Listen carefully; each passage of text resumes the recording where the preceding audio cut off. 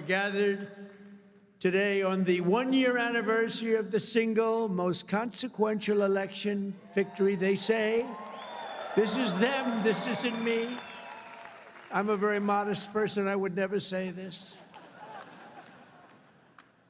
The single most consequential election victory in American history is possible. I mean, it's possible. We've done a lot. On November 5th, 2024, the American people reclaimed our government. We restored our sovereignty. We lost a little bit of sovereignty last night in New York, but we'll take care of it. Don't worry about it. We rescued our economy, regained our liberty, and together we saved our country. On that magnificent night, 365 days ago, you know, I was with a group of very important people, and they say, think of it, last week, just last week, 6 days ago, 7 days ago, they said, you were campaigning 1 year ago. I said, no, it felt like I've been in this position for so long. And it's right. At that point, 1 year ago, I was actually campaigning. We did the McDonald's shot. Remember the McDonald's shot? We did the garbage truck shot. And actually, the McDonald's one was the biggest hit in the history of Google. Can you believe that? Number one, the garbage truck did well, but not as well. I guess there's something about McDonald's, right? But it worked, and we won a tremendous election. We won all 7 swing states. We won the great state of Florida, by the way, by 1.4 million votes, which is unprecedented. Biggest victory ever in Florida, including an 11-point victory right here in a place called Miami-Dade County.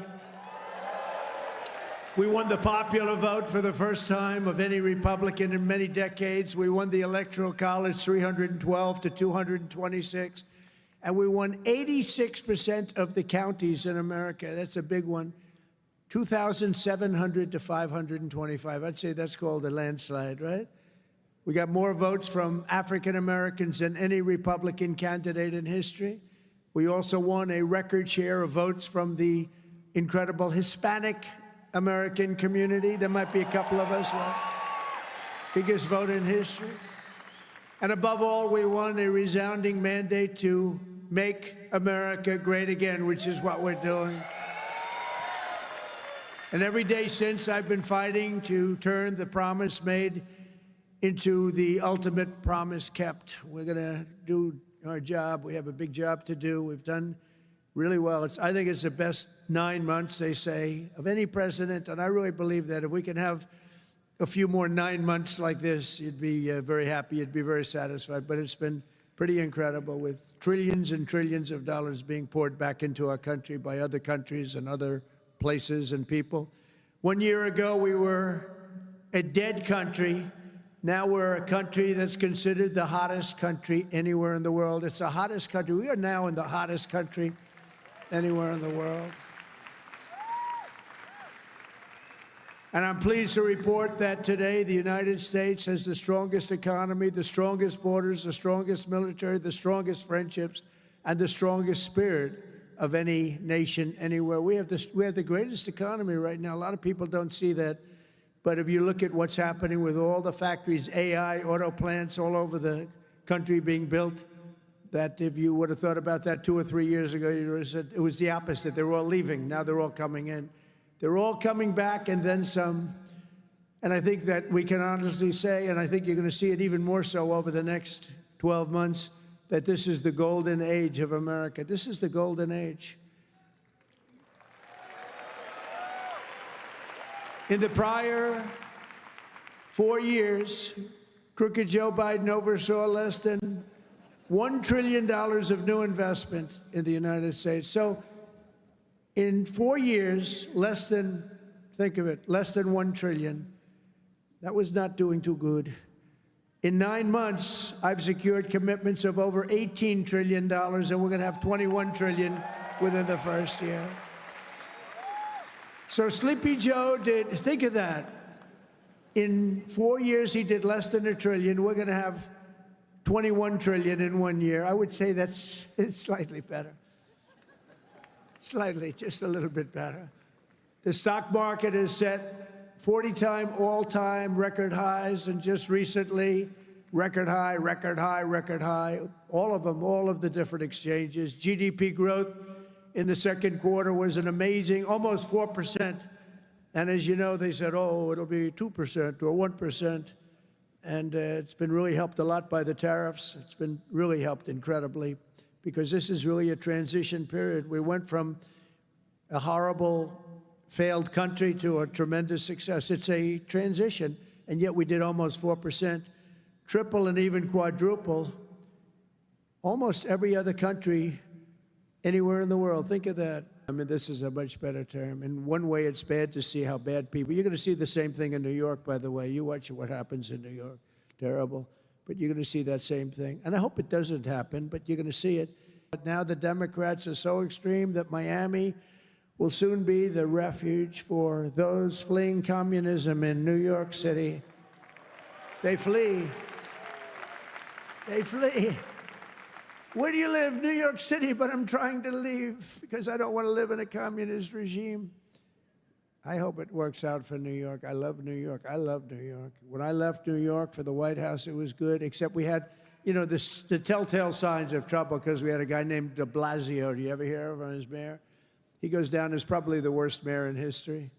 Then he went to Harvard to teach government. Do you believe it? They took de Blasio, and they took that mayor from Chicago, the woman, the one that gets her hair done very expensively, right? Beautiful hair. She got beautiful, luxuriant hair. And they took her, and she's teaching at Harvard. They're teaching government. And then you hear about Harvard. We're trying to work a settlement with Harvard right now for about, like, a lot of money. I won't tell you what, but you'll be reading about it pretty soon. A lot of people say, you're the only one could have taken that. I don't know if that's true, but there aren't too many. We're making the United States the Bitcoin superpower, the crypto capital of the world, and the undisputed leader in artificial intelligence. We're leading China by a lot. And don't forget, if we don't do the crypto properly, China wants to do it. They're starting it, but they want to do it. Other countries want to do it. If we don't do it, it's a big industry. We make the best equipment, the best missiles, the best rockets, the best everything. We redid our nuclear. We're the #1 nuclear power, which I hate to admit because it's so horrible. It's such a horrible situation if it ever has to be used. Russia's second. China's a distant third, but they'll catch us within 4 or 5 years. They want to catch us, and they'll be able to catch us. And we're maybe working on a plan to denuclearize the three of us, so we'll see if that works. But we have the strongest military anywhere in the world by far. We're investing $1 trillion in the United States Armed Forces this year. You saw what happened.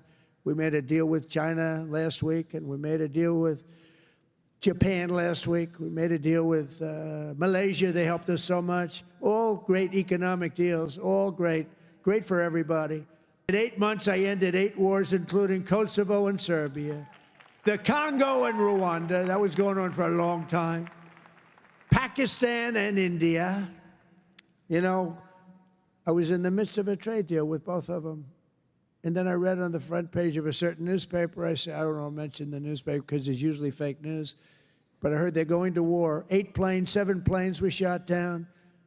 An 8th was really badly wounded. But 8 planes were shot down, essentially. And I said, this is war. And they were going at it. And they're 2 nuclear nations. I said, I'm not going to make any trade deals with you guys unless you agree to peace. No way, this has nothing to do. I said, it has everything to do. Your nuclear powers. I'm not trading with you.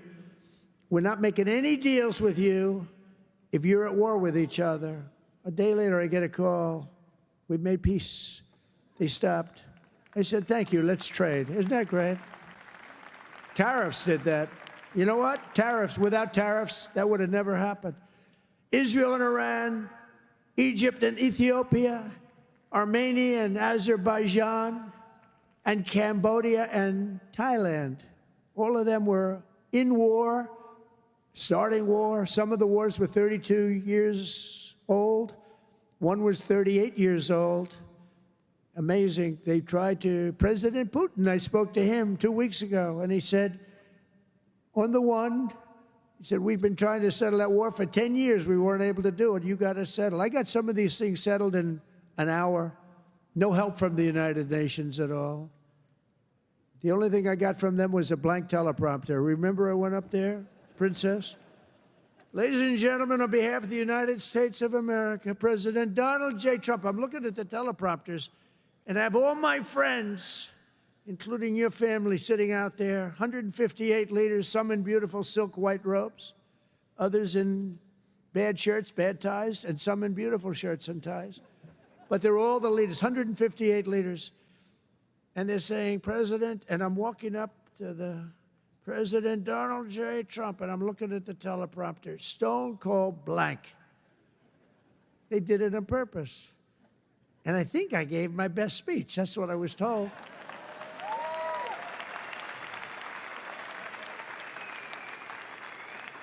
But it still wasn't a great feeling. I'm walking up very slowly. You know, I'm 20 feet. I'm trying to walk slowly because I see it's not working. They're dead. They did it on purpose. But it worked out okay. Not great people. Most important of all, for 4 weeks ago, and this is very important, we brokered the historic peace deal that ended the war in Gaza. And it's a serious end, too. You know, I read a lot of people, oh, it's very tenuous. Jared and Steve, I don't think it's tenuous to you. I hope it isn't, because otherwise I'll have to cross it off. I'll have to say I only ended 7. But that was a tough one, right? That was a tough one. But there's nothing tenuous about it. It's a serious end.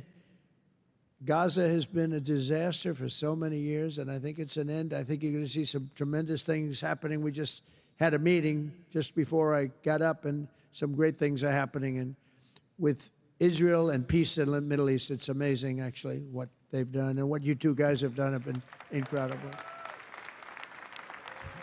True. On day 1 of my administration, I signed an executive order to slash federal funding for any school that pushes critical race theory or transgender insanity on our youth.